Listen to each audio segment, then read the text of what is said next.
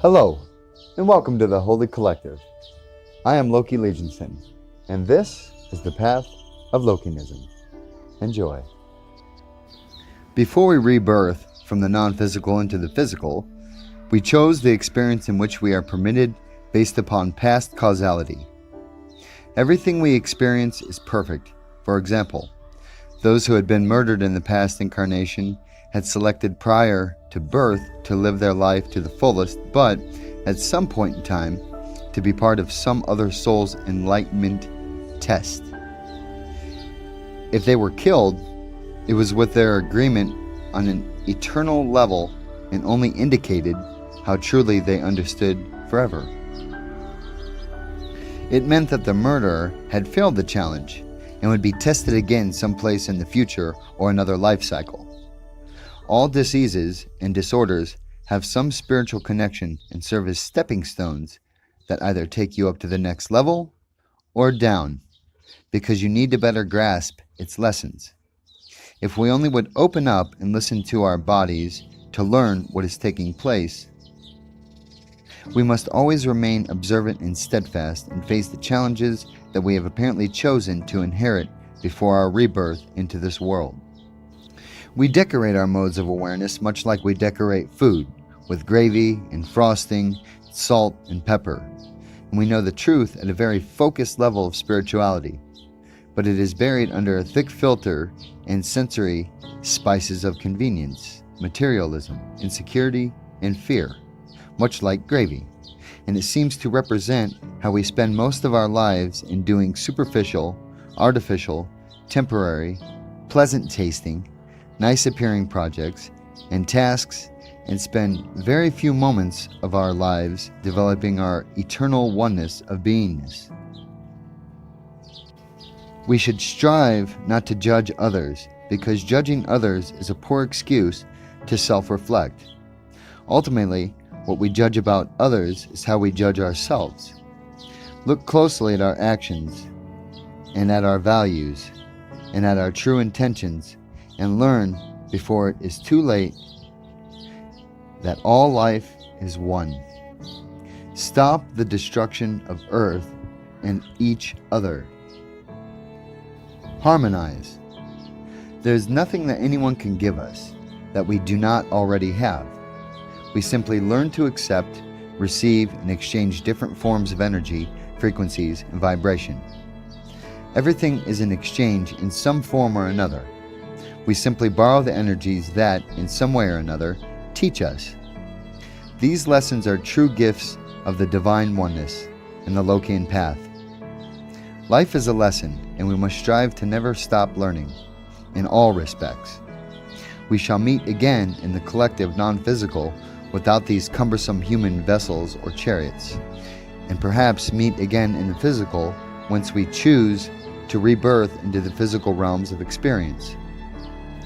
It's all a game, regardless of how much it's meant to appear otherwise.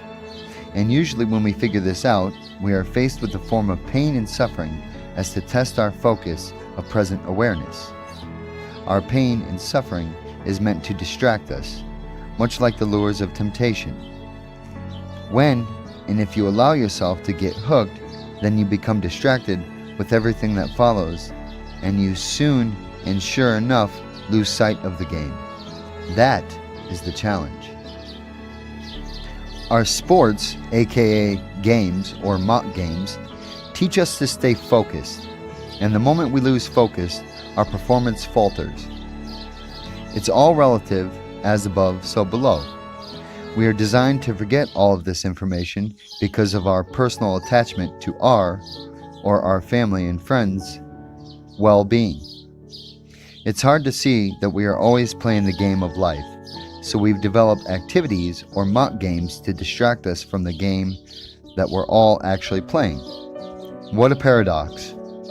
We view TV just as the non-physical oneness, which most call God, views us. We are the entertainment. Everything required to exist must be purchased, whether with money or with karma. In order to rebirth, we must purchase the next life cycle with karmic points, tokens, or causality. Every intention and or action of positive accumulates good karma, and every intention or negative action accumulates bad karma. We choose how we will experience our next cycle with the accumulation of positive and negative karma. This is how we upgrade or degrade each cycle. And with each cycle, we are slowly but surely destroying the soul of the earth. Our technical greed has uncovered a deep ignorance that has spread like a virus or a dis-ease. That is a serious threat to all life, an ignorance that not only reverence for nature can reverse. To grasp the unknown, to embrace what looks different, and to accept change stimulates a fear within us which is threatening. When we don't feel we have control, we become fearful. To explain the truth to most people triggers within us a defensive stance, and we resist the truth in which we seek. The truth forces us to evaluate our own reflection. What has been done cannot be undone. However, it can be changed. We must also learn to forgive others and ourselves in order for that change to occur. There is a saying something like, "If I forgive you once and you do it again, shame on you. If I forgive you twice and you do it again, shame on me." Well, that is a very selfish way to look at forgiveness, and it's not true forgiveness. Perhaps that is what's wrong with people today and why people go on killing rampages. People don't forgive when they probably need to, and it forces people into corners, and they fight their way out of those corners by any means necessary. Actually, we should never stop forgiving. But most people are too selfish and truly don't have a clue how to help those in need, let alone themselves. So, they shut others out and call it tough love. Well, it's tough love that sometimes causes emotionally unstable people to find a gun and kill people. After all, any attention, positive or negative, is better than no thing or nothing at all. And we all deserve unconditional love, not tough love. People need and require appreciation, respect, attention, acceptance, kindness, forgiveness, and a feeling of importance and value. If not, they seek it in unnecessary addictions and inappropriate behaviors. The point is, if you truly love someone, don't shut them out with tough love and false hopes that they'll learn and figure it out on their own, the hard way. We need to help and forgive others, and that's what love is for. Perhaps the future of the world would be in better hands if we forgot about our own personal satisfaction and feeding our craving desires and focused that greed and lust towards those in dire need, not helping to perpetuate their addictions, but truly helping to relieve their distress.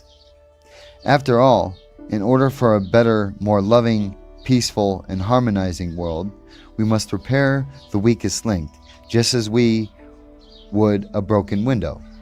We are only as strong as our society's weakest link. So, give as we shall receive for all of us.